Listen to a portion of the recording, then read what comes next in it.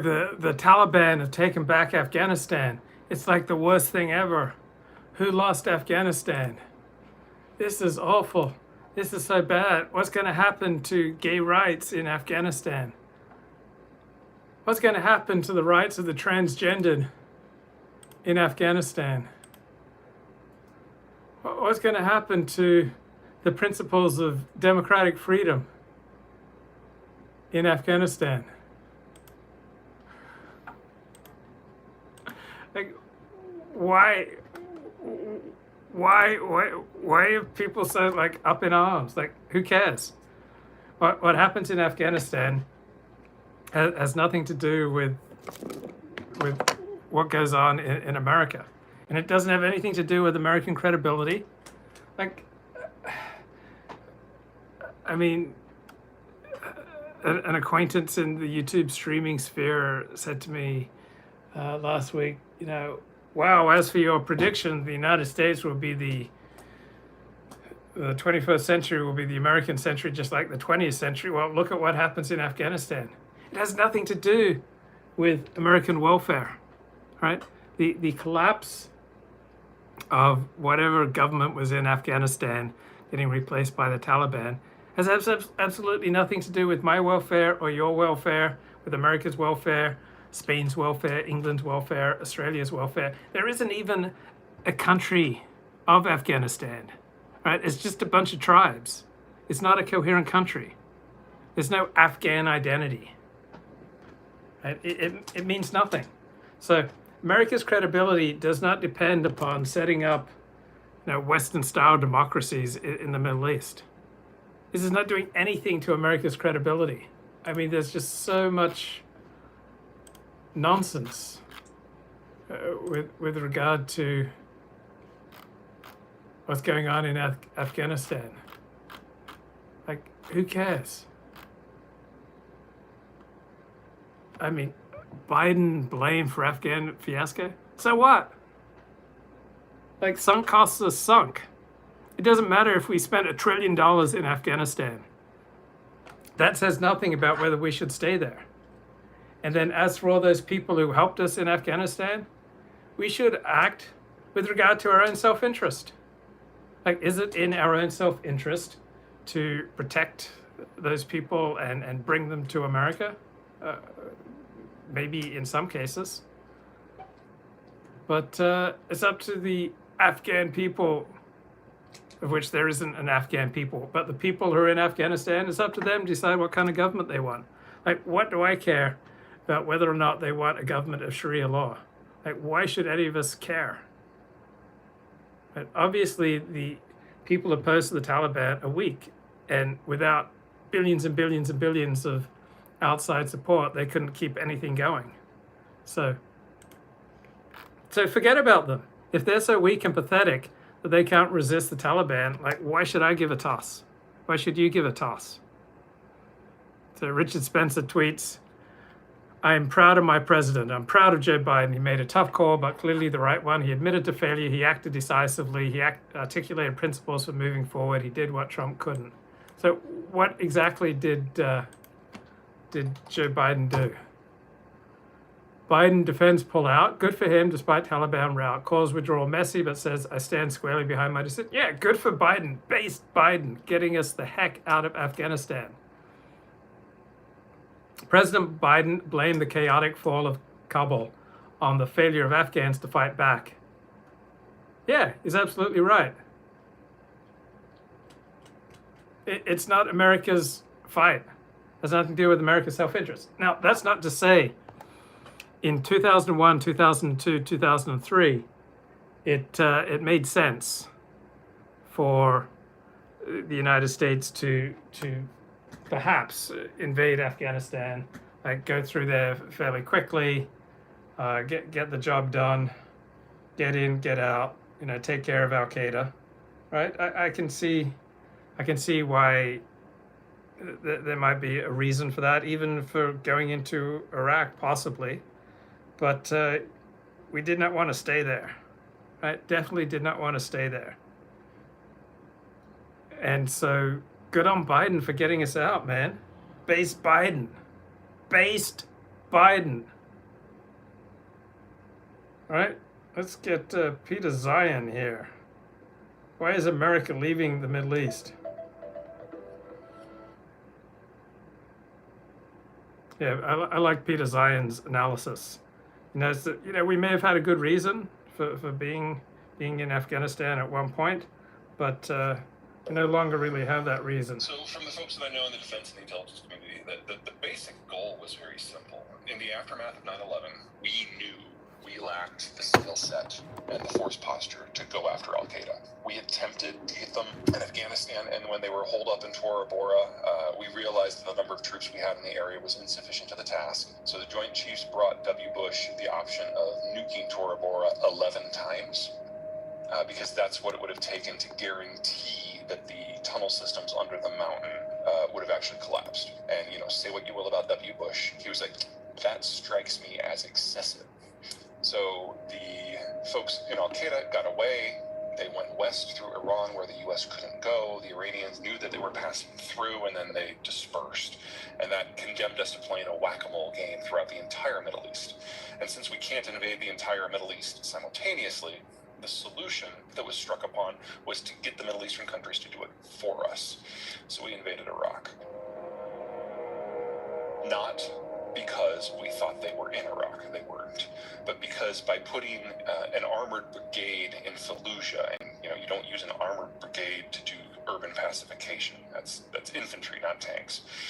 It threatened Syria and Saudi Arabia and Iran because they didn't know what we were going to do next. So they destroyed Al-Qaeda for us.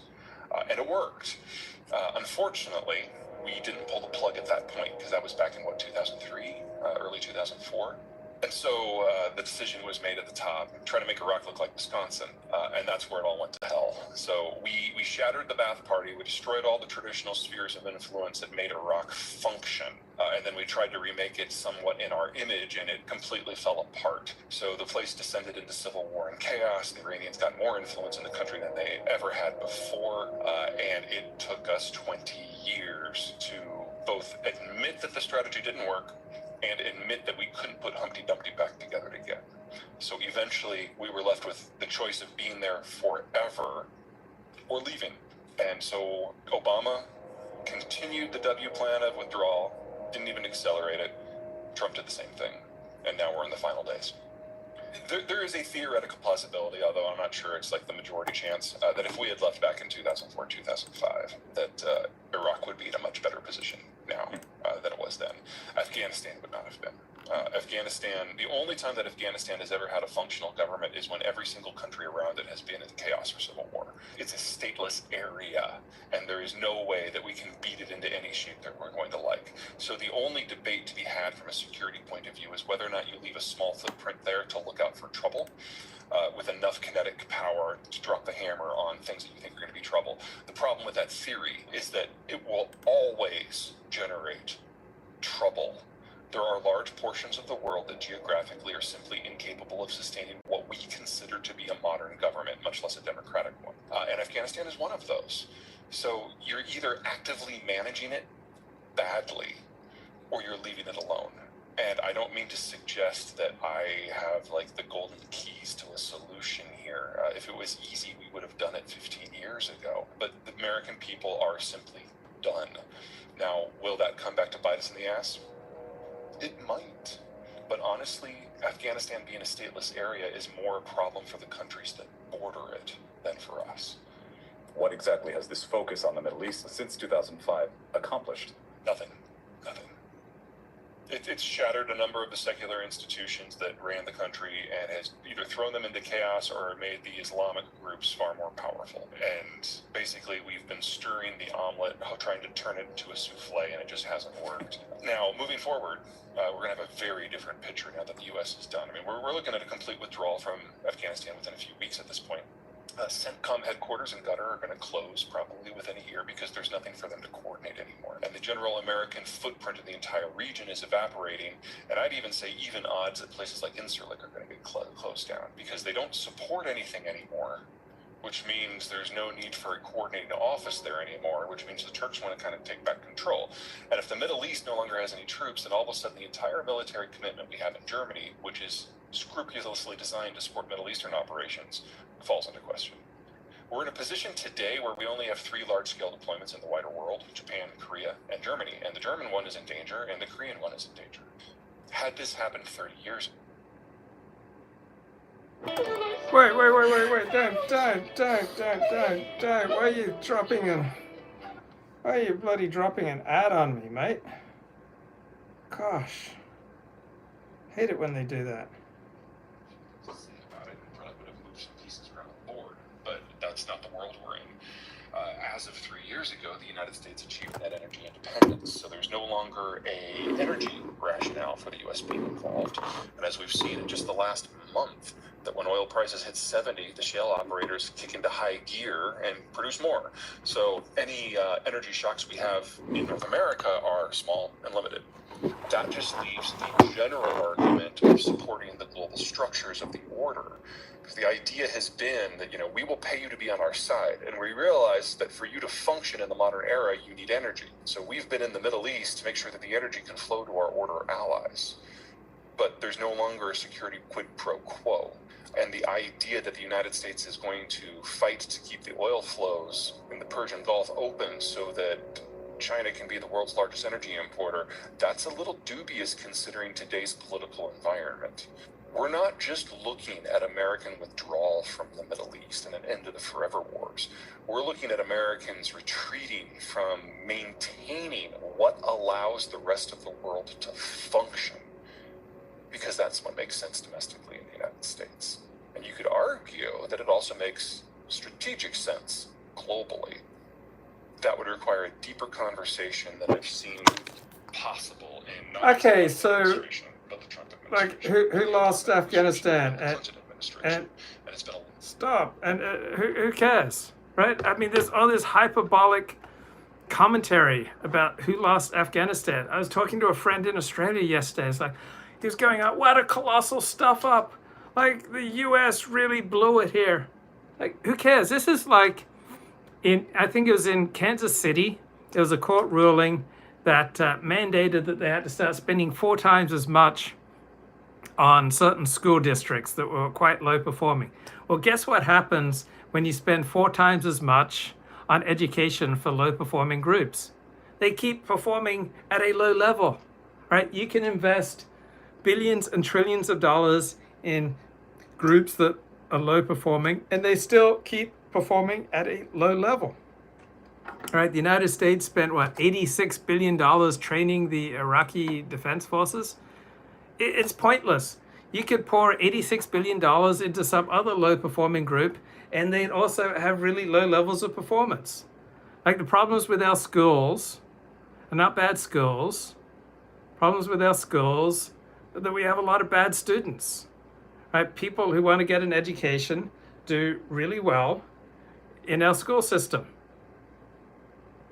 And Luke, however, consistently performs at a high level. Well, sometimes I do and sometimes I don't.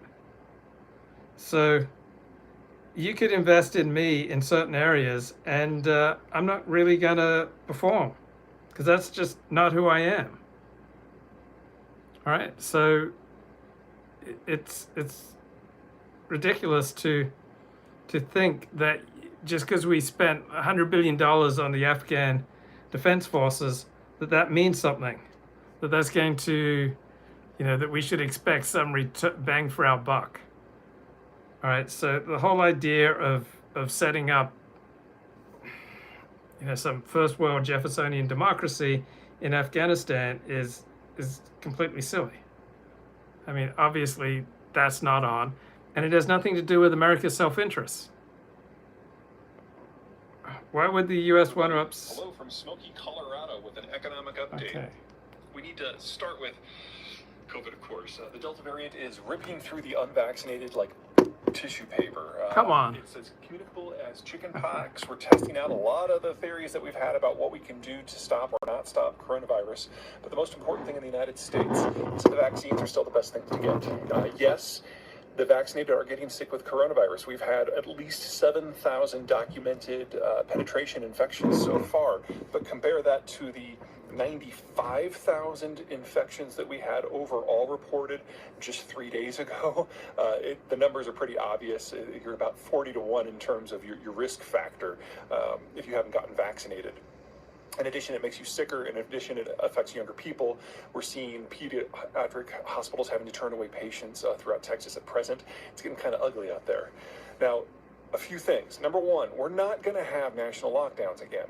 Because this is now a pandemic of primarily the unvaccinated, communities can make the decision based down to the zip code level as to what they're going to do to handle it. So in a lot of areas that have really good records for having high vaccine rates, particularly in the Northeast, they're doing okay. In fact, they're not going to be facing any real pressure until this winter because they can all be outside until at least October. It's primarily in the South where vaccination rates are both lower and people are spending more time inside because of the heat that there's a danger. So if we are going to see any degree of lockdown or restrictions, it's likely to be in those areas, politics notwithstanding.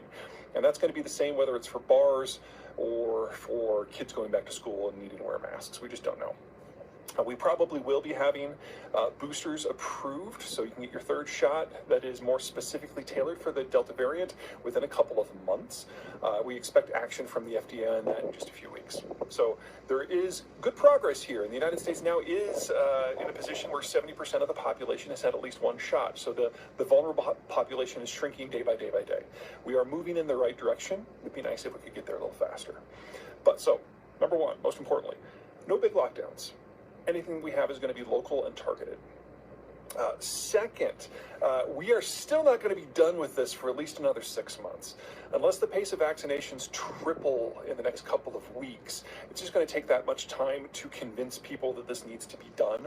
Some people are doing it on their own, but we now have court cases that are coming up to district courts and the Supreme Court level that basically throw out some of the restrictions against mandates that governors in Florida and Texas have thrown in, things that are blatantly unconstitutional, but they still need to go through the court process anyway.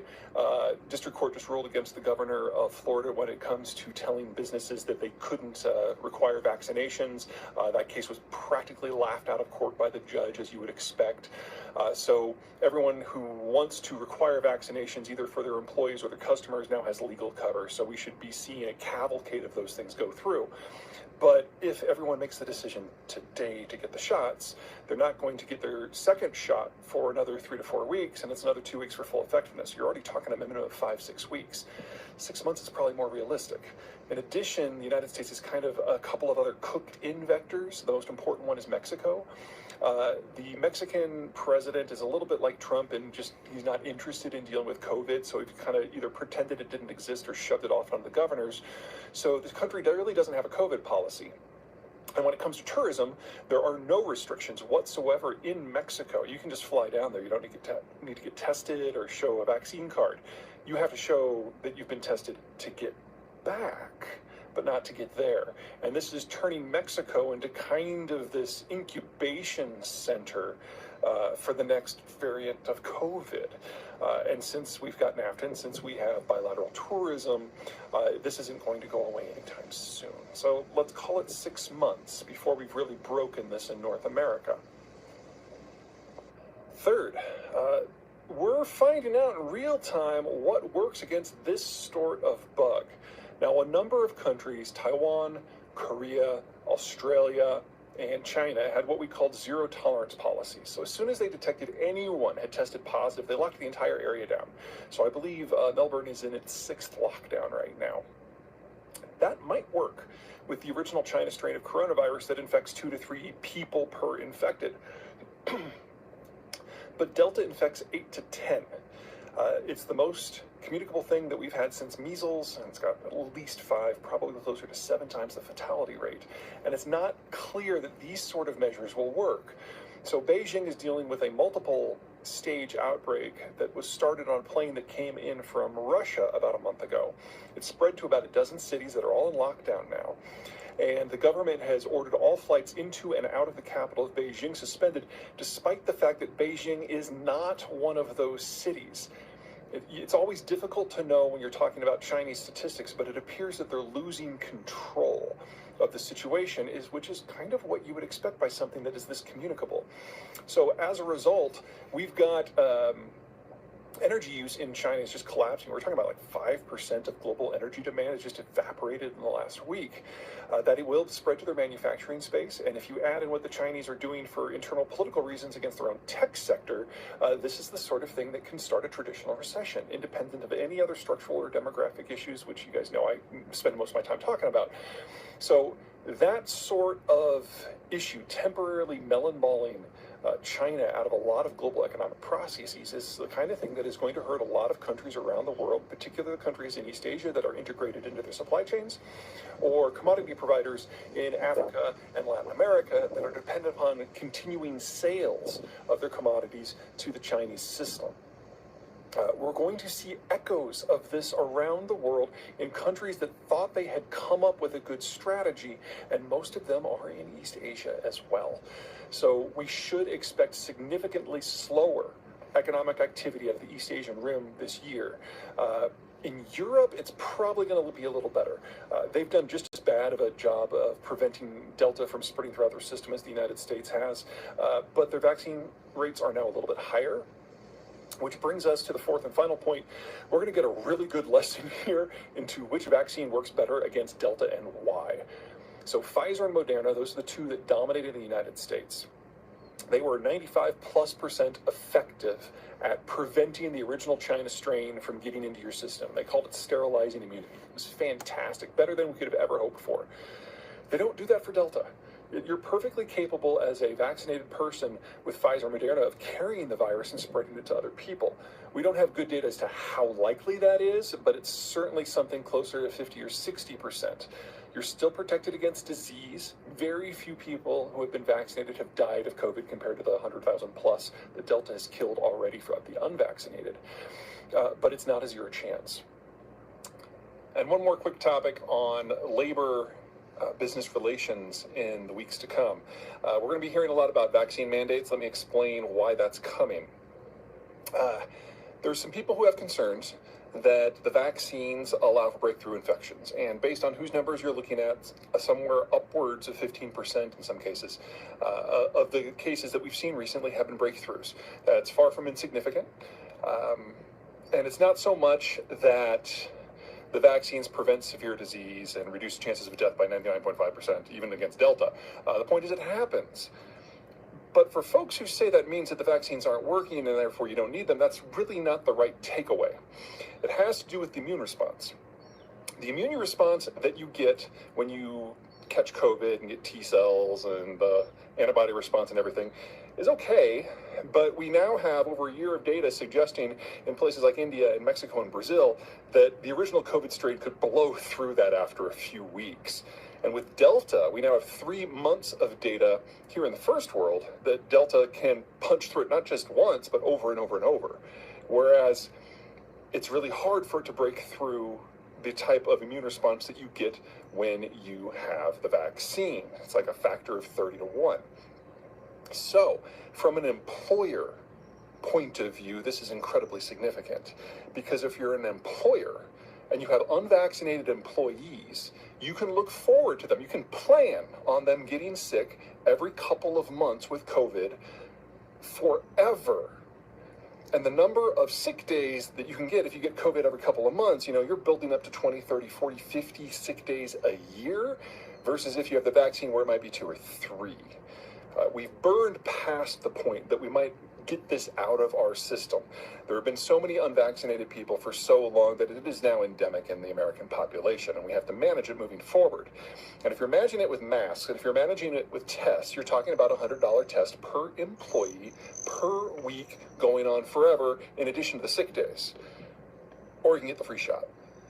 And so we are seeing a change in mindset in various businesses that are more customer facing, where people have jobs where they cannot work remotely. So I'm thinking here like utilities or food processing or healthcare.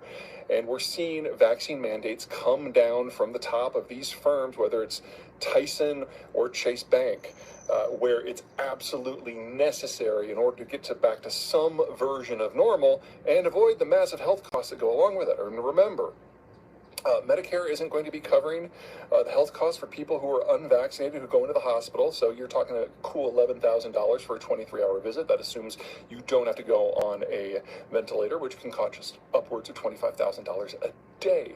That is now the personal or the corporate responsibility, and I think most corporations see that as something that they don't want to pay for.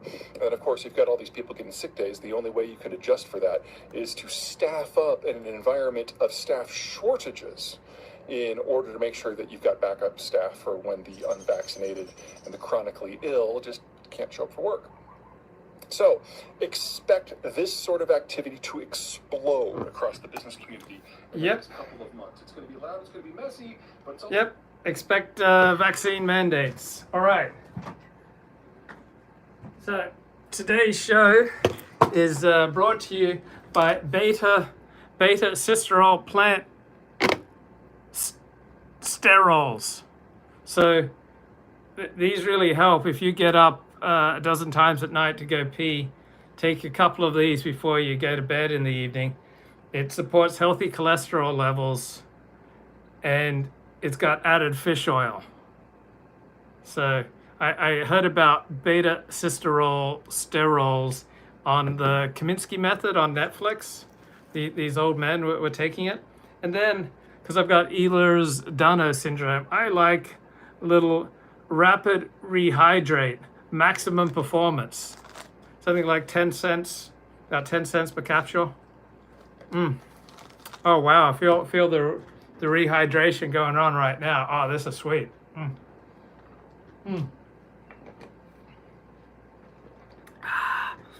All right, looking at the chat, Jim says, why was the United States in the Middle East so much for the last 40 years? Was it to protect our greatest ally? No, the United States was not in the Middle East so extensively for the past 40 years to protect our greatest ally. They were there for their own self-interest, because until 3 years ago, the United States was a net energy importer, and it used to be a very significant energy importer.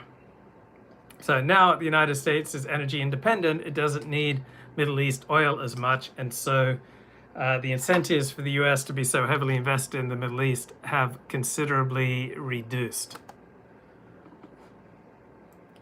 All right, so much to talk about. Who lost Afghanistan? The Afghan military was built over 20 years. Look, it doesn't matter how many years a group's built over. If it's not up to the job and it's not dedicated to the job, it's going to fall apart no matter how many hundreds of billions you spend. And we've done the same thing in the United States. We've invested trillions of dollars in low-performing poor people, and it's done nothing. Right? They're still just as low-performing as they were in the 1960s. So how did it collapse so quickly is a naive question. Why would we expect it not to collapse quickly? Right? It's not like you invest trillions of dollars in a low-performing group and then they suddenly become high performers. That's not how the world works. In the wake of the horror of Al-Qaeda's attacks on the US, most Americans believed the country was doing the right thing in going to war in Afghanistan. That level of support didn't last long. Why? Because Americans' shock care mostly about America. Americans, by and large, don't want Americans losing their lives in foreign countries where it doesn't have anything to do with American self-interest. So Donald Trump, got the ball rolling by pulling troops out of Afghanistan. And then really so many stupid perspectives in the mainstream news media. Here's a really dumb one in the New York Times. Afghanistan's unraveling. They strike another blow to U.S. credibility. No. Do you know what U.S. credibility depends upon? The dollar is the international currency, the size and strength and vitality of the American economy.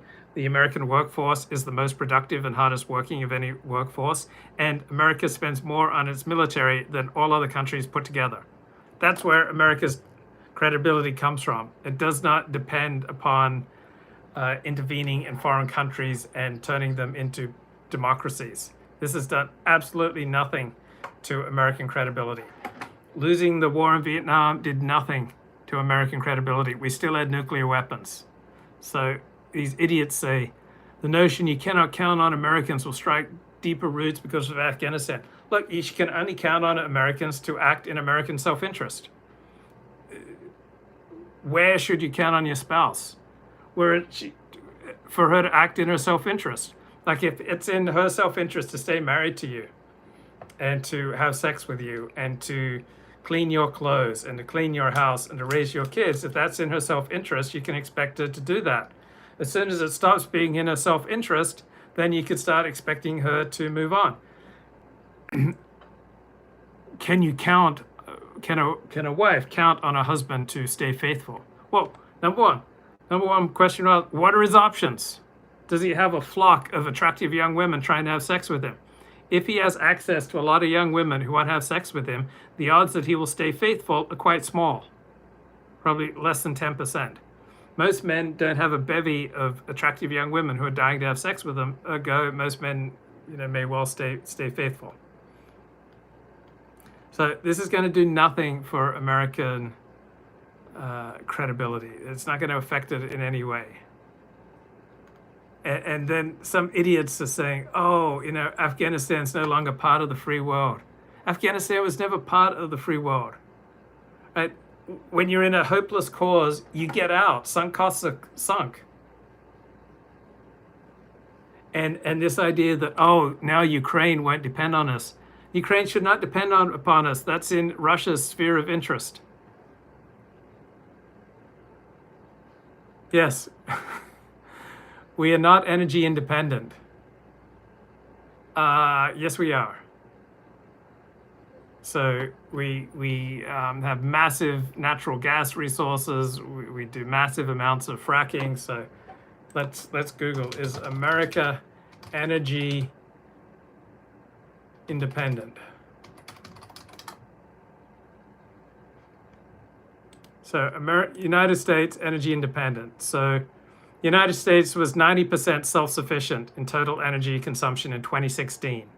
So in 2011, the country became a net exporter of refined petroleum products. So yeah, Biden's not shutting down fracking. He may make it more complicated, more expensive. So November 2019, the United States became a net exporter of oil, net exporter of all oil products. So yeah, the United States is effectively energy independent. We love our cops, we love our law enforcement, we love our military because they're important. But what happens in Afghanistan does not matter for America's self-interest.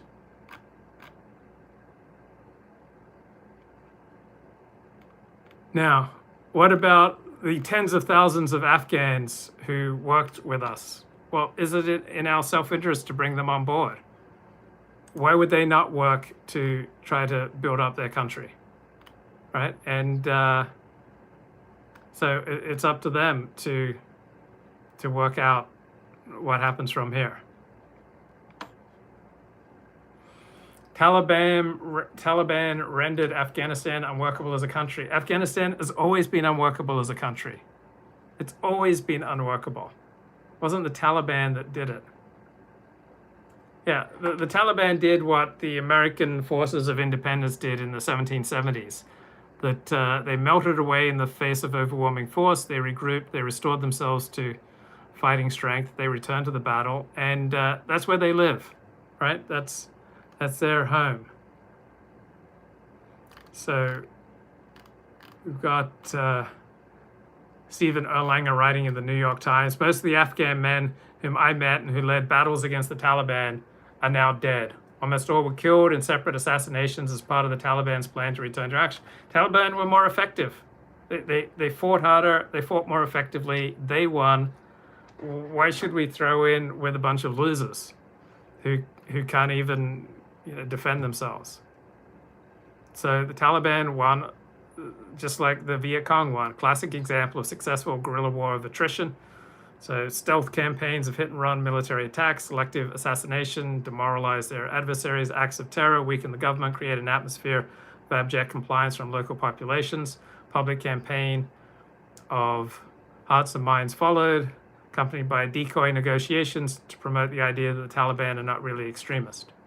So, Colin Liddell says the United States is not energy independent because value of the dollar is based on controlling foreign oil. All right, I'm not an expert on American energy independence, but all those of whom I'm aware who are expert on what it means to be energy independent have noted that the United States has been energy independent for the past 3 years. But I'm not an expert there. Now you're thinking, what is Richard Spencer tweeting about? So he says, based Macron strikes again. Macron, the leader in France, vows European Union initiative to protect against migrant flows from Afghanistan. Well, that's excellent. So Macron doesn't want the Afghans pouring into Europe. Good on him. Richard Spencer says, I'm at a hipster coffee shop in Austin. Lots of millennials. They're fed up with Biden's feckless Afghan policy. Living at the end of the American empire and I feel fine. We're not at the end of the American empire. Explain 2,500 American dead to the parents. What for? These kids signed up for the US military. What did they think was going to happen? They signed up for the US military. They wanted the benefits of joining the US military, but they never expected they were going to have to fight. No one sent them to Afghanistan at the point of the gun. They signed up to fight. All right? And they paid the ultimate price for doing so. And guess what? 50,000 people a year die from car accidents in the United States. Generally speaking, people aren't forced to get into a car at the point of a gun. People get in a car because they see it as in their self-interest and they weigh the benefits and they weigh the risks the same way that people join the military. Richard Spencer says, well, what about Afghan gay and transgendered activists who are currently reading Nabokov in Kabul? In a few days, they literally won't be reading Nabokov. Yes, remaining another 2 decades in Afghanistan might seem expensive and pointless, but have we considered the toll the fall of Kabul might have on girls with master's degrees working at national security think tanks in Washington, D.C.? Yeah, people join the military out of their self-interest and out of their patriotic desire to be of service. And there's this widespread notion on the distant right and all through society that, yeah, I want to be a hero. I want to do something great, but I don't want to pay any price. Well, any option where you have the opportunity to do something heroic, there's always a price to be paid. There are always risks. So being shocked that there are risks and price to pay while you are on a heroic mission strikes me as incredibly naive. Joe Biden says there will be consequences for the Taliban if they harm U.S. personnel or the evacuation mission. No mention of consequences if they take Kabul. So yes, consistent message, the U.S. is leaving and it is final. So what's happening in Afghanistan now? Nothing new. Nothing new. Good point. So Edward Dutton wrote a book on Islam, an evolutionary perspective. Islam has its advantages. So the Muslims have elevated ethnocentrism, some Muslims. And more ethnocentric groups win in the intense struggle of Darwinian selection. So Islam will come to triumph in the West, says Edward Dutton, because of its ethnocentrism. Luke, shame on America, shame on Australia. Why? Why? Why should America feel ashamed? They got rid of Osama bin Laden and they destroyed Al-Qaeda. Afghan troops did a heck of a lot more fighting than US troops who mainly hid in bases and flew drones. Okay, let's say they did a heck of a lot more fighting. Well, they're absolutely pathetic. Like, if they won't fight effectively to protect their own country, like, why should we give a toss and why should we help them? Let the Afghans control their own destiny, right? The anti-Taliban forces are absolutely pathetic. Like, why should we give a toss? Like, who cares about a bunch of losers? What happens in Kabul stays in Kabul. Exactly. Fight for whom? Unjust war. So people are reacting to this as though the stated reasons we were in Afghanistan are the true reasons. Like, oh, United States went into Iraq in 2003 to take out weapons of mass destruction. You can't take seriously the things that people say about why they're doing what they're doing, whether it's American politicians or your neighbor, right? There are two reasons why people do things. Number one is the stated reason, and number two is the real reason. And often people don't even realize the real reason of why they're doing anything. But guess what? The reason we were in Afghanistan for 2 decades wasn't to bring about peace and democracy and gay rights and women's rights. Yeah, I'm in terrible pain about what's going on in Afghanistan.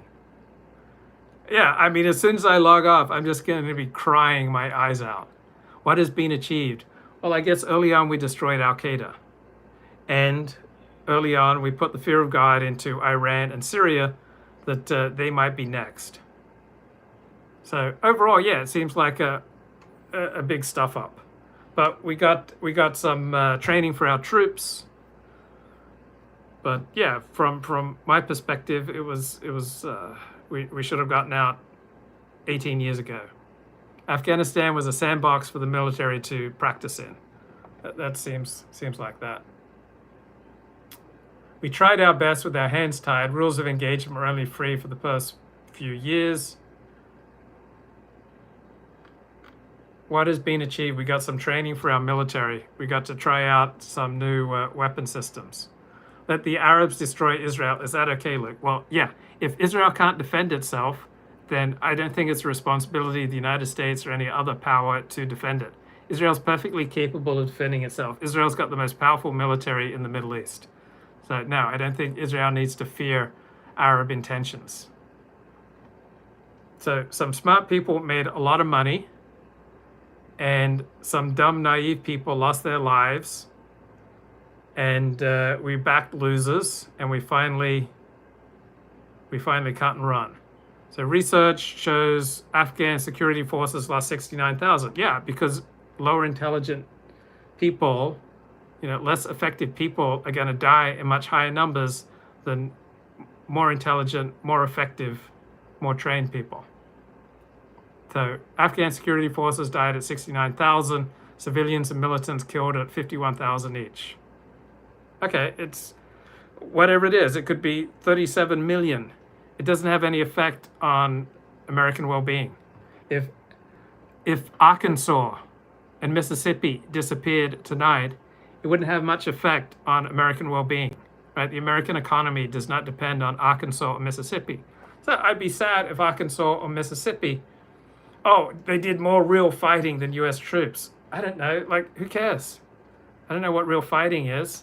So if they did, ineffective, crappy, lousy work and they got slaughtered, there's only so much I can care about. I care about America. I care about my friends. I care about Australia, where I come from. Biden's speech is BS. I didn't watch Biden's speech, but from what I understand about it, it was awesome. He says, we're getting out of Afghanistan. And that's good. We should get the heck out of Afghanistan. We should have gotten out 15 years ago. So base Biden doing the right things. Well, we only have so much space for caring, all right? So shouldn't you care primarily about your family, your friends, your community, your profession, your religion, your country, all right? Those are the primary things you should care about. Like caring about people of a different religion on a different part of the world who are completely unlike you, that just seems bizarre, and it just seems like virtue signaling, all right? We only have so much energy, so much time, so much money to care. We only have so much emotional, financial, moral resources to bring to bear. Why would we bring them to bear for people who are completely foreign to us, who have completely different ways? Just doesn't seem to make much sense to get all upset about what's going on the other side of the world. Biden blamed for Afghan fiasco. I think Biden's done great with Afghanistan. He got us the hell out of there, because I primarily care about Americans. I don't primarily care about Afghans. I don't have any ill will towards Afghans. Let them live and be well, and let them work out their own destiny. I care about Americans. So George Packer writes in The Atlantic, Biden's betrayal of Afghans will live in infamy. What does America and Joe Biden owe the Afghans? Nothing. Nothing. Do you think the Afghans were walking around carrying a load of guilt, worried about you? How many people in Afghanistan right now do you think are worried about you? How many Afghans do you think lost their lives because they wanted to fight for America? Right? The Afghans who got killed fighting in Afghanistan were not fighting for America. They were fighting for their own self-interest.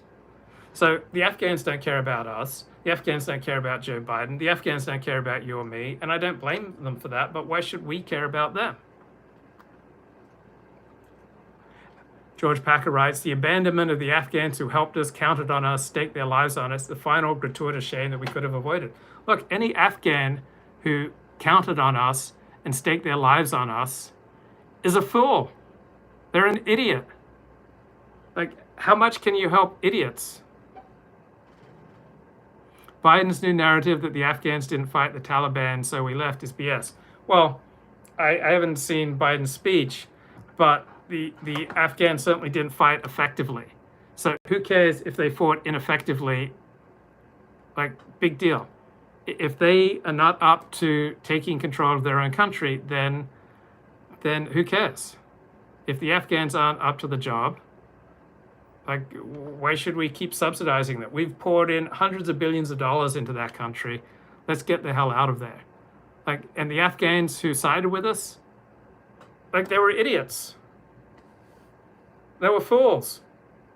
Like, why should we go subsidizing and trying to help out idiots who made really bad decisions to stake their lives on us?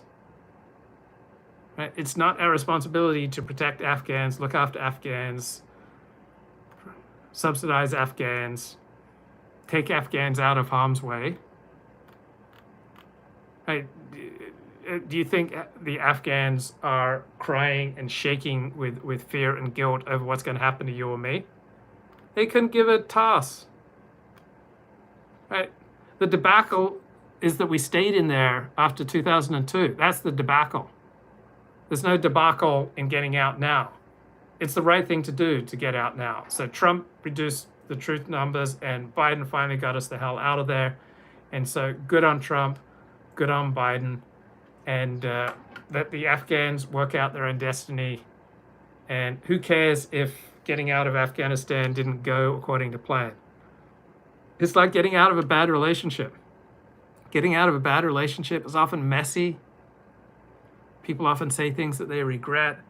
There are often hyperbolic sentiments thrown around. There's often some really bad behavior. But if you're in a bad relationship, the most important thing are none of those, right? Doesn't really matter what you say and do, presuming it's not criminal or highly unethical. If you're in a bad relationship, you should get the hell out of there. If you're in a bad job, you should get the hell out of there. If you're in a bad situation, you should get the hell out of there. Right? You keep working for someone who abuses you. You stay in a relationship with someone who abuses you. You keep allowing people to mooch off you. Then that's on you. And Colin Liddell has had some interesting perspectives on this on affirmativeright.com. Real narrative should be we left because after the Chinese built a pipeline to Turkmenistan in 2009, we couldn't make money on this deal. Sorry it took so long.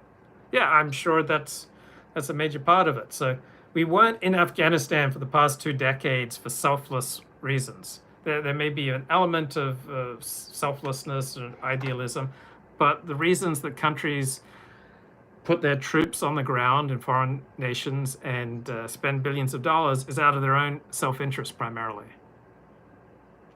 The U.S. military-industrial complex made their dollars.